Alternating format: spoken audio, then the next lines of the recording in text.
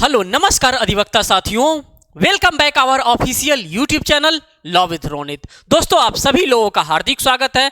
साथियों एक नए वीडियो और एक नए ऑफिशियल अपडेट के साथ आपके सामने आ रहे हैं। ये जो अपडेट मैं आज आप लोगों के लिए लेकर के आ रहा हूं, ये इलाहाबाद हाईकोर्ट से आया है और किसके लिए आया है? खास करके हमारे अधिवक्ता समाज के लिए आया है। यहाँ पे क्या बताया जा रहा है इलाहाबाद हाईकोर्ट के द्वारा? इलाहाबाद हाईकोर्ट के द्वारा बताया जा रहा है कि अपराधी वकील बन रहे हैं। जिन्होंने भी अपराध किया वो लॉ की डिग्री लेकर के क्या कर रहे हैं? वो bar council of Uttar Pradesh में रजिस्ट्रेशन करवा करके एडवोकेट बन रहे हैं। यह खतरे की घंटी है। और ये बात कौन बता रहा है? तो ये बताने का काम हमारा इलाहाबाद हाईकोर्ट कर रहा है। इलाहाबाद हाईकोर्ट ने अभी हाल ही में कहा है कि अपराधी जो हैं वह वकील बन रहे हैं। ये क्या है? ये समाज के लिए अच्छी बात नहीं है। ये समाज के लिए कहीं ना कहीं खतरा है। इससे खतरा उत्पन्न होने के चांसेस बढ़ जाते हैं। हमारे लिए एक मामला आया था, उसी मामले में हाईकोर्ट ने अपना जजमेंट दे रहा था। तो जजमेंट के टाइम ही उन्होंने ये बातें कही थी और bar council of Uttar Pradesh से भी उन्होंने गुजारिश किया है कि आप इस प्रकार में जो संलिप्त व्यक्ति हैं, जैसे कि जो अपराधी प्रवृत्ति के लोग हैं, उनकी पहले जांच पड़ताल कर ली जाए, फिर जाकर के उनका bar council of Uttar Pradesh में रजिस्ट्रेशन किया जाए। आइए खबर को हम विस्तार से देखते हैं कि क्या खबर आप लोगों के लिए आया है। तो सबसे पहले अगर हम खबर पे प्रकाश डालते हैं तो हमें क्या देखने के लिए मिलता है? कह रहा है कि अपराधी वकील बन रहे हैं। सबसे तो बड़ी खबर यही है कि जो अपराधी हैं वो क्या बन रहे हैं? वो इस समय वकील बन रहे हैं। यह खतरे की घंटी है। ये हम और आप नहीं कह रहे हैं कि ये खतरे की घंटी है। ये कहने वाला कौन है? तो ये कहने वाला खतरे की घंटी है, ये इलाहाबाद हाईकोर्ट के द्वारा कहा जा रहा है। देखिए ये कहां से न्यूज आया है? ये आया है विधि संवाददाता प्रयागराज। ये प्रयागराज का न्यूज है। देखते हैं क्या कहा जा रहा है। इलाहाबाद हाईकोर्ट ने एक महत्वपूर्ण फैसले में प्रदेश सरकार व उत्तर प्रदेश बार काउंसिल को आपराधिक केस में आरोपी अथवा सजायाफ्ता किसी भी व्यक्ति को वकालत का लाइसेंस देने पर रोक लगाने का निर्देश दिया है। आपको ये बातें समझ में आ जानी चाहिए कि जिनके ऊपर किसी भी प्रकार का कोई भी आपराधिक मुकदमा चल रहा हो, वो क्या कर सकते हैं? उनका registration bar council of Uttar Pradesh नहीं करेगा और नहीं करेगा, क्योंकि इसकी अच्छे तरीके से जांच पड़ताल की जाती है। तब की जाती है जब आप रजिस्ट्रेशन करवाने जाते हैं bar council of Uttar Pradesh में, तो फॉर्म पे हर एक बातें आपसे पूछी जाती हैं कि आपके ऊपर किसी भी प्रकार का कोई भी मामला तो नहीं चल रहा है। तो आप कहते हैं नहीं चल रहा है। अगर चलता है तो आपको उसको बताना पड़ेगा कि किस टाइप का मामला चल रहा है। अगर आपराधिक प्रवृत्ति का मामला आपके ऊपर चल रहा है तो आपका रजिस्ट्रेशन नहीं होगा। आगे देखिए क्या कहा जा रहा है। कोर्ट ने टिप्पणी की, यह अलार्मिंग स्थिति है। कोर्ट ने कह रहा है, इलाहाबाद हाईकोर्ट के द्वारा कहा जा रहा है कि ये कैसी स्थिति है? ये जो इस समय की स्थिति पैदा हो गई है, ये अलार्मिंग स्थिति है। अभी भी bar council of Uttar Pradesh को इस पे ध्यान देना पड़ेगा। Bar council of Uttar Pradesh को कड़ी नजर रखनी पड़ेगी कि कोई ऐसा अपराधी तो नहीं ना है जो वकालत के पेशे में आना चाहता है, जो वकील बनना चाहता है, क्योंकि ये एक बहुत बड़ी खतरे की घंटी हो सकती है। अगर अपराध करने वाला व्यक्ति ही अगर वकील बन जाए तो ये घंटी तो खतरे की ही है। आगे देखते हैं आगे क्या कह रहा है। कह रहा है कि अपराधी वकील बन रहा है। साथ ही साथ कहा कि बार काउंसिल में आवेदन में ही अपराध का ब्यौरा दर्ज किए जाने की प्रक्रिया अपनाए ताकि गुमराह कर वकालत की लाइसेंस न प्राप्त किया जा सके। कुछ लोग ऐसे होते हैं जो जुगाड़ तंत्र में विश्वास रखते हैं। जुगाड़ जो कि भारत में बहुत तगड़े से चलता है। हमको ये शब्द इस्तेमाल नहीं करना चाहिए, लेकिन मैं आप सभी लोगों को बताने के लिए कर रहा हूं कि जो खिड़की के दरवाजे से जो एंटर करना चाहते हैं उनके लिए मैं बताना चाहता हूं कि वही इसका रास्ता अपनाते हैं और अपराधी प्रवृत्ति के होने के बावजूद वो क्या करते हैं? जाकर के bar council of Uttar Pradesh में रजिस्ट्रेशन करवा लेते हैं। उन्हीं के लिए ये बात बताई जा रही है। उन्हीं के लिए, उन्हीं से खतरे की घंटी स्टार्ट हो रही है, इसीलिए बताया जा रहा है। कह रहा है पुलिस रिपोर्ट मांगने के बाद ही आवेदन पर निर्णय किए जाए और यदि तथ्य छिपाने की बात सामने आए तो उन्हें निरस्त कर दिया जाए। अब तगड़ा रुख अपनाएगा bar council of Uttar Pradesh के द्वारा। अब कड़ा रुख अपनाया जाएगा।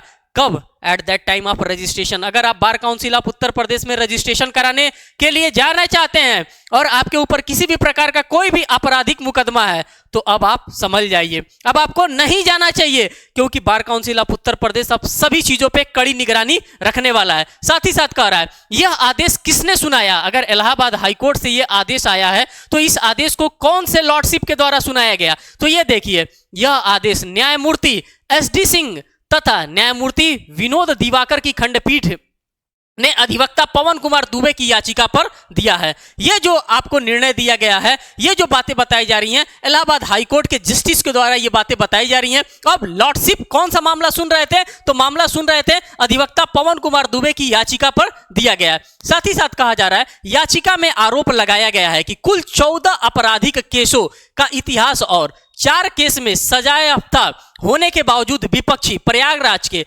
जय कृष्ण मिश्र का पंजीकरण कर लिया गया। अब आप देख लीजिए कि साहब के ऊपर कितने मामले चल रहे हैं। 1-2 मामले की बात होती तो बात होती, 14 आपराधिक केस यहां पे चल रहे हैं और वो क्या बन गए हैं साहब, 14 मामले चल रहे हैं और वो अधिवक्ता बन रहे हैं।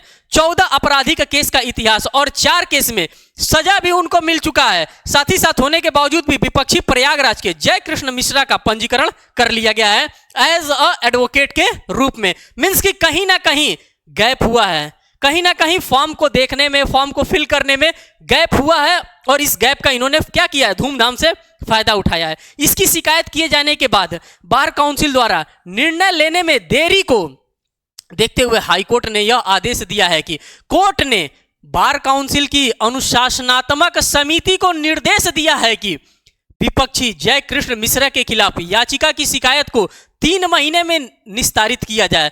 जो यहां पे शिकायत किया गया है उसको 3 महीने में समाप्त करने का काम किया जाए। साथ ही साथ यहां पे किया जा रहा है और कहा गया है कि ऐसे लोगों को वकालत का लाइसेंस देना जारी रहा तो विधि व्यवसाय ही नहीं समाज के लिए यह नुकसानदायक होगा। अगर जो अपराधी प्रवृत्ति का है, जो ऑलरेडी पता है कि नहीं ये व्यक्ति अपराधी है, अगर वो भी वकील बनता है तो वो समाज के लिए क्या होगा, वो समाज के लिए कहीं ना कहीं खतरे की ही घंटी होगी। और ये बात हम और आप नहीं कर रहे हैं, ये बात इलाहाबाद हाईकोर्ट के द्वारा कहा जा रहा है। आगे क्या कहा जा रहा है, कोर्ट ने आवेदन में यह प्रक्रिया लंबित व दाखिल होने वाले सभी आवेदनों पर लागू करने का निर्देश दिया है। याची की तरफ से अधिवक्ता सुरेश चंद्र द्विवेदी ने बहस की बताया कि विपक्षी अधिवक्ता का आपराधिक इतिहास है। सबसे तो पहले यहाँ पे बता दिया गया है कि जो यहाँ पे अधिवक्ता खड़े हैं इनका ही रिकॉर्ड क्या है, इनका ही रिकॉर्ड आपराधिक तरह का रिकॉर्ड है और सजायाफ्ता है। और फिर बार काउंसिल ने उसे वकालत का लाइसेंस दे दिया है। साथ ही साथ बताया जा रहा है कि इनके ऊपर 14 मुकदमे चल रहे हैं। अभी ये खुदे कोर्ट जेल से आए हैं और bar council of Uttar Pradesh ऐसे व्यक्ति को भी क्या कर दिया है, bar council of Uttar Pradesh ने ऐसे व्यक्ति को भी रजिस्टर करके और वकील बना दिया है। आगे देखिए, इसके खिलाफ याची को 25 सितंबर 2022 को की गई शिकायत पर कोई निर्णय नहीं लिया जा रहा। इसे कोर्ट ने गंभीरता से लिया। कहा कि ऐसे लोगों की लाइसेंस देना एडवोकेट एक्ट में प्रतिबंध किया गया है। जब आप 1961 का एडवोकेट प्रोटेक्शन एक्ट पढ़ेंगे, एडवोकेट एक्ट पढ़ेंगे, तो वहां पे देखेंगे कि जो अपराधी प्रवृत्ति के लोग हैं उनको किसी भी प्रकार का अधिवक्ता बनने की नहीं दिया जाएगा। बार काउंसिल लाइसेंस देने की प्रक्रिया से संबंधित थाने की पुलिस से रिपोर्ट मंगाना शामिल करे। यह बात कही जा रही है कि अगर bar council of Uttar Pradesh में आप रजिस्ट्रेशन करवाने जा रहे हैं तो वहां पे थाने से क्या मंगाया जाएगा, थाने से रिपोर्ट मंगाया जाएगा। और अभी तक ऐसी प्रक्रिया नहीं अपनाई है। ये बातें चल रही थी कि थाने से क्या किया जाएगा, उनके थाने से रिपोर्ट मंगाया जाएगा, देखा जाएगा कि किसी भी प्रकार के आतंकवाद में तो ये अपराधी में तो संलिप्त नहीं न है, तो ये प्रक्रिया अपनाने की बात कही जा रही है। साथ ही साथ यहाँ पे क्या कहा जा रहा है, कोर्ट की टिप्पणी, कोर्ट ने यहाँ पे क्या टिप्पणी किया है, ऐसे लोगों को वकालत का लाइसेंस देना जारी रहा तो यह विधि व्यवसाय ही नहीं पूरे समाज के लिए नुकसानदायक होगा। यह बात हम और आप नहीं कर रहे हैं, यह बात कोर्ट कर रहा है। साथ ही साथ यहां पे शिव किशोर गौड़ साहब को हम देखेंगे जो कि अध्यक्ष हैं bar council of Uttar Pradesh. इनका क्या कहना है, इनके द्वारा क्या कहा जा रहा है। अभी हाईकोर्ट का आर्डर मिला नहीं है,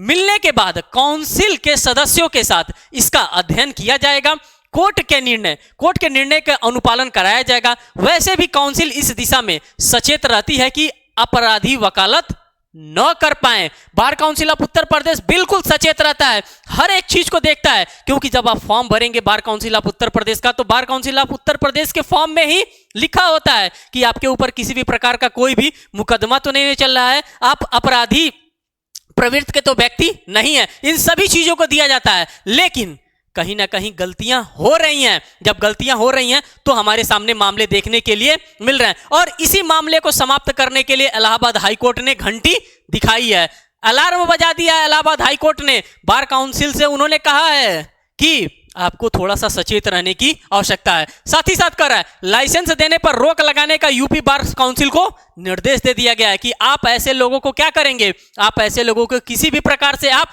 वकील नहीं बनवाएंगे। पुलिस रिपोर्ट मंगवाने के बाद ही आवेदन पर किया जाएगा निर्णय, आवेदन में ही अपराध का ब्यौरा दर्ज करने की प्रक्रिया अपनाई जाएगी। तो अब नियम बहुत कड़ा होने वाला है। तो जिनको भी लगता है कि वो किसी अपराधी किस्म के व्यक्ति हैं और लॉ कर लेने के बाद मैंने एलएलबी कर लिया और एलएलबी करने के बाद मैं bar council of Uttar Pradesh में रजिस्ट्रेशन करवा करके वकील बन जाऊं, ऐसा अब संभव नहीं होगा, क्योंकि bar council of Uttar Pradesh साथ ही साथ इलाहाबाद हाईकोर्ट दोनों ने यहां पे कड़ा रुख अपनाया, और दोनों ने कड़ा रुख अपना करके इस मुहिम को आगे तक चलाने का काम किया जा रहा है। तो साथियों, ये था एक इंफॉर्मेटिव सेशन जो हम सभी लोगों के लिए बहुत ही ज्यादा जरूरी था। हम ऐसे ही अपडेट आप सभी लोगों के लिए डेली लेकर के आते रहेंगे।